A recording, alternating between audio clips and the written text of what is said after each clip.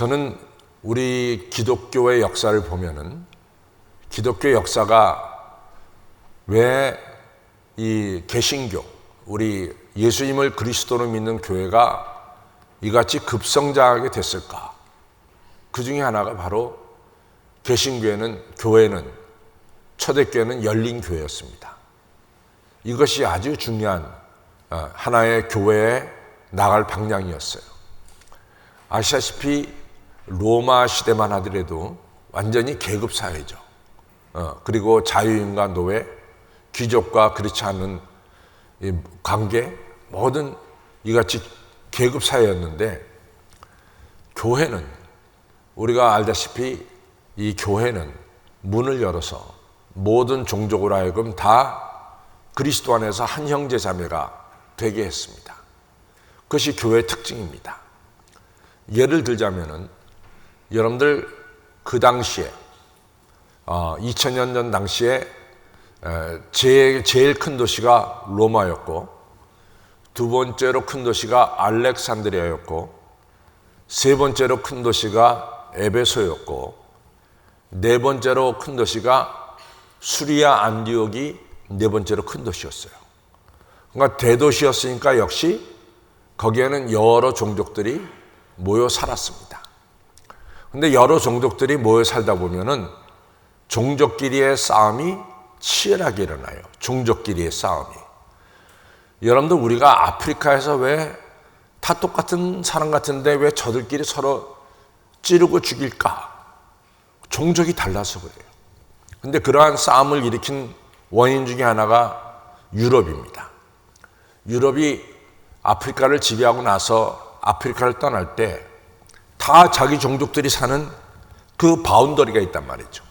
그럼 그 바운더리를 인정해서 국경을 나눠줘야 되는데, 여러분들 아프리카 지도를 보세요. 지도를 보면 국경이 나눠지는 게 우리가 작아지고 있잖아요. 작아지고 쫙 걷어요. 작아지고 걷어요. 그렇게 국경을 만들어 버렸다고, 유럽이요. 그러면서 종족이 막 갈라지고 나눠지면서 종족끼리 치열한 전쟁이 아프리카에서 일어난 거예요. 그처럼 종족과 종족 사이에는 담이 있었습니다. 그 2000년 전에 똑같았어요. 그런데 안디옥 교회는 그 당시에 18개의 종족이 있었는데 18개 종족들한테 다 문을 열었어요. 그리고 다 그리스도 안에서 어느 종족이든 관계없어. 다 예수 안에서 한 형제 자매로 만들었습니다. 그래가지고 안디옥 교회가 들어오면 바깥에서는 종족 싸움이 있는데 교회 들어오면 종족 싸움이 없는 거예요. 다 형제 자매예요. 그러니까 초대교회가 불같이 부흥하는 역사가 일어나게 된 거죠. 교회가 열린 교회가 돼야 됩니다. 오늘 우리가 요한계시록 3장 읽었는데, 하나님이 문을 열면 닫을 자가 없고 닫으면 열 자가 없다. 열린 교회라는 것은 문이 열린 교회, 축복받는 교회가 열린 교회입니다. 제가 이제 가끔 이런 생각을 해봐요.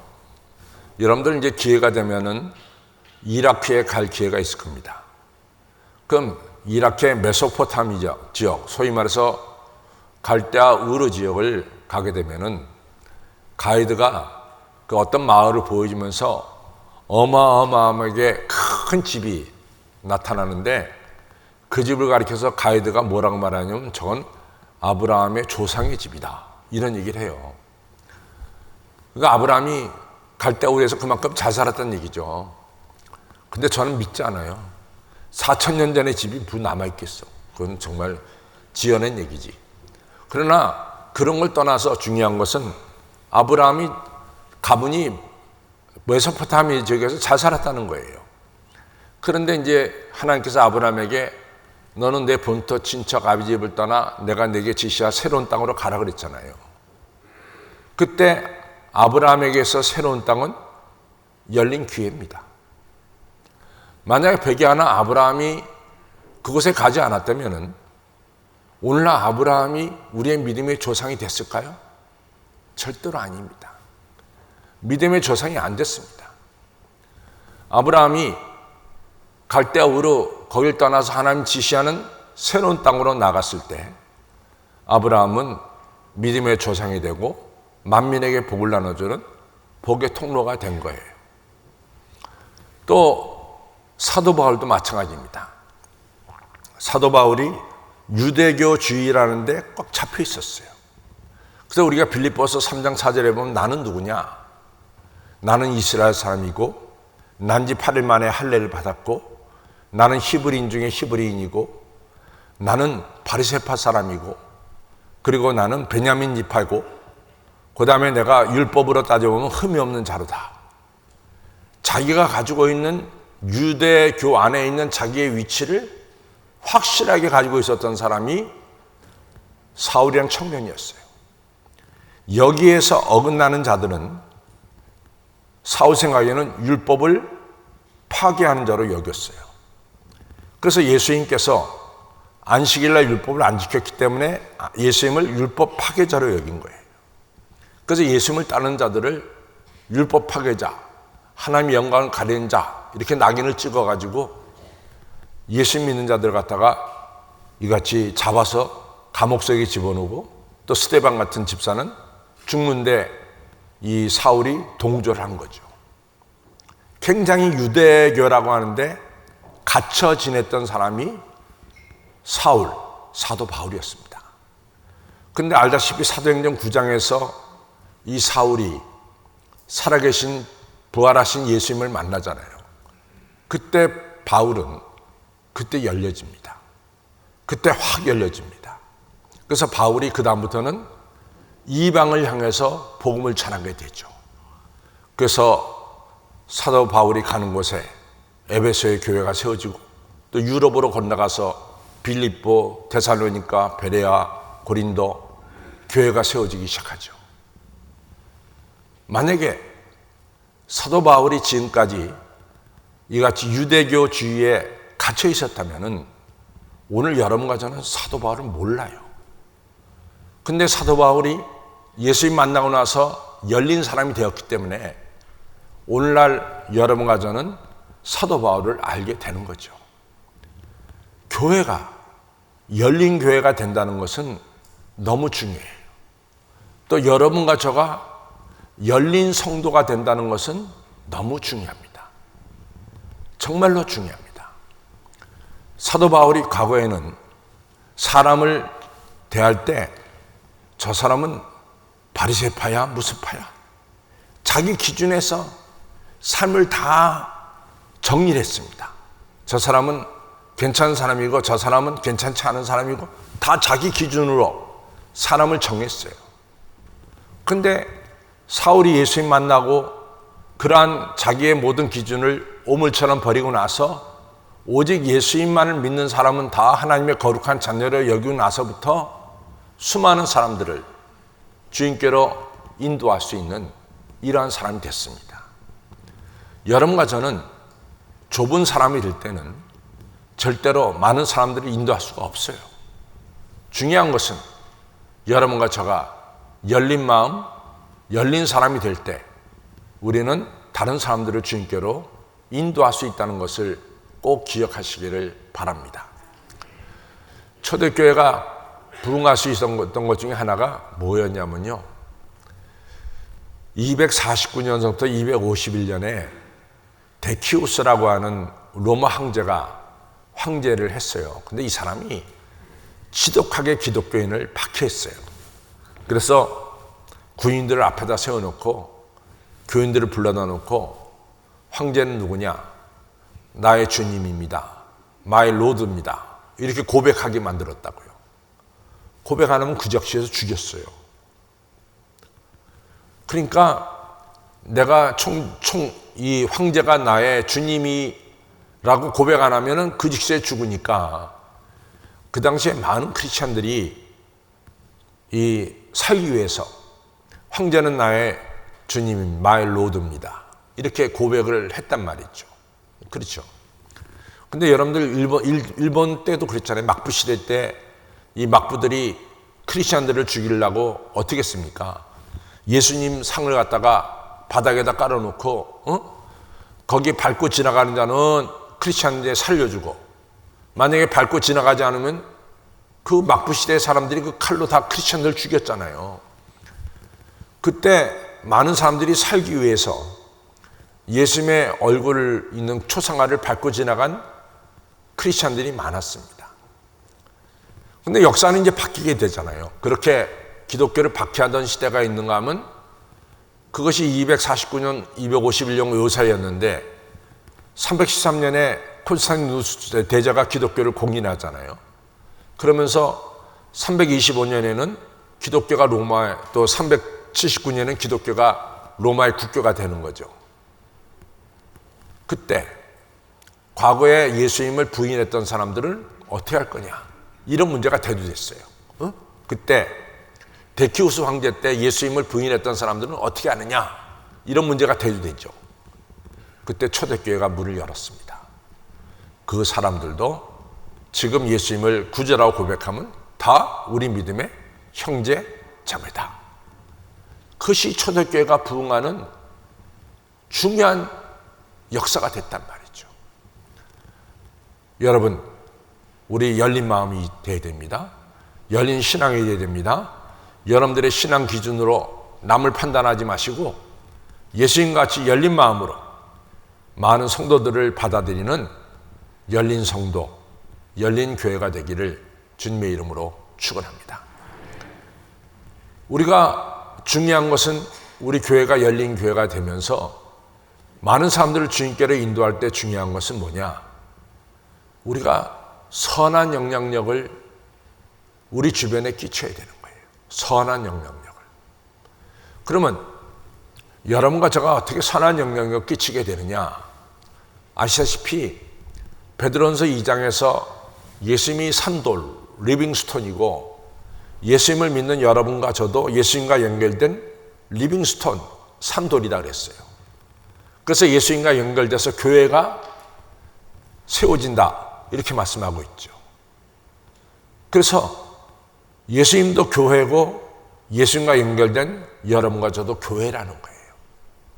근데 제가 왜 그것을 강조하냐면은 여러분들이 오늘 이 자리에서 예배 드릴 때만 한신교회 교인이 아니라 여러분들 예배를 끝나고 바깥으로 나가도 뭐예요? 여러분들은 교회야. 이 의식을 버리지 말아라, 그 말이에요. 오늘 이 자리에 와서 예배 드릴 때도 우리가 한신교회 서로 교회로서 한 자리에 모여서 예배를 드리는 것이고, 여러분과 제가 오늘 예배 끝나고 나갈 때도 여러분과 저는 뭐예요? 교회입니다. 그때 우리는 선한 영향력을 끼칠 수가 있어요. 내 안에 성령님이 계셔서 너희가 성령의 저인 줄 알지 못하느냐 라고 말씀한 것처럼 여러분과 저는 언제나 나는 교회다 라는 사실을 꼭 인식하고 사시기를 바랍니다. 두 번째로는 뭐냐면 우리에게 향기가 나타나야 되잖아요. 그래서 사람을 살리는 향기가 있는가 하면은 죽이는 향기도 있죠. 여러분과 저를 다 그리스도의 향기라고 그랬어요. 그러면 여러분과 제가 어떻게 향기를 드러내느냐, 중요한 거예요. 사람들이 여러분과 대화할 때 성경 말씀을 들을 수 있다면은 여러분들은 그리스도의 향기예요. 우리가 어떻게 향기를 드러내? 우리가 꽃도 아닌데. 그럼 우리는 뭔가 향기를 드러내야 되는데 그 향기가 뭐냐? 하나님 말씀입니다. 여러분들 사람 만나갖고 내가 어젯밤에 드라마 뭘 봤는데 말이야. 그 드라마 스토리가 이렇고 저렇고 이렇고 저렇고. 그거 아무리 얘기해봐야 그리스도의 향기가 안 드러나는 거야. 그러나 여러분들이 친구를 만나서 내가 성경을 읽다가 참 이런 구절이 은혜가 돼서 내가 다시 한번 내 믿음을 새롭게 했다. 이렇게 성경 말씀을 전하면 그것이 그리스도 향기가 드러날까요? 안 날까요? 그리스도 향기가 드러나는 거예요. 그리스도 향기는 하나님 말씀으로 말미암습니다. 여러분 꼭 말씀을 무장하시길 바라요. 세 번째로는 우리가 변화된 모습이 좀 있어야 돼요. 저 사람 20년 전에도 교회 다닌다 그러면서 거짓말만 입담 하더니 말이야. 지금 20년 뒤에도 말이지 똑같이 거짓말만 해. 그 사람이 감동을 주겠어요, 남한테? 20년 전에도 입만 열면 남의 얘기 하더니 20년 뒤에도 남의 얘기하고 있어. 그 사람이 감동을 주겠냐 말이죠. 여러분, 여러분과 저는 그리스도를 닮아가야 됩니다. 좀 주님을 닮아가야 돼요. 우리의 입에서는 과거에는 부정적인 얘기했지만은 우리가 신앙의 연륜이 깊어지면서 우리의 입에는 뭡니까? 신앙적인 말, 긍정적인 말로 바뀌어야 되는 거예요. 그것이 선한 영향력을 끼칠 수가 있습니다. 그리고 네 번째로는 여러분과 저는 구제를 해야 돼. 사랑을 베풀어야 돼. 이것이 바로 선한 영향을 끼치는 거예요. 요한 1세에 그러잖아요. 말과 혀로만 사랑하지 말고 행함과 진실함으로 사랑하자. 여러분과 제가 정말로 행함과 진실함으로 이웃을 사랑하는 사랑의 행위가 있어야 됩니다. 그때야말이 선한 영향력을 끼칠 수가 있어요. 첫째는 우리는 열린 성도, 열린 교회가 되어야 된다. 마음이 넓어져야 된다. 두 번째는 뭡니까? 선한 영향력을 끼쳐야 되는데 그 세부적으로 한 네 가지가 있는데 첫째는 우리가 어딜 가든지 교회다. 두 번째 그리스도의 향기를 드러내야 되는데 말씀으로 무장해서 그리스도 향기를 드러내야 되겠다. 세 번째는 우리가 신앙생활하는 동안 그리스도를 닮아가야 되겠다. 20년 전이나 지금이나 똑같은 사람이 돼서는 안 된다. 그리스도를 닮아가는 자가 되어야 되겠다. 네 번째는 여러분과 저는 구제를 베푸는 자가 되어야 되겠다. 그래서 선한 영향력을 끼쳐야 된다라고 하는 사실입니다. 한번 복습해 볼까요? 복습? 자, 선한 영향을 끼치기 위해 첫 번째가 뭐죠?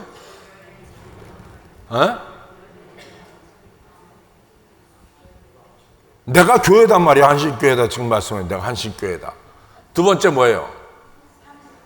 성경을 통해서 무장해야 된다. 그래서 입을 열면은 성경 말씀이 나오지. 강 목사가 뭐 잘해. 이런 얘기하면 안 되는 거야. 절대로. 세 번째가 뭐죠? 그리스도를 닮아가야 된다는 거죠. 그렇죠? 그래서 네 번째는 뭡니까? 구제를 해야 된다는 거예요. 다시 한번 물어보겠습니다. 제가 나이가 들면서 가장 큰 걱정이 뭐냐면 치매가 걱정이에요. 치매. 이게 나이 들면서 치매되면은요, 자기는 모르겠지만 남한테 너무나 폐를 끼쳐서 치매 걸리면 안 돼. 그렇죠?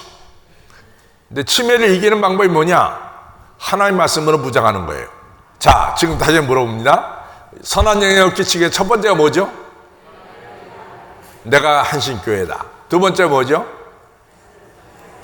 하나님 말씀으로 무장해서 우리에게 그리스도의 향기를 드려야 한다. 세 번째가 뭐죠?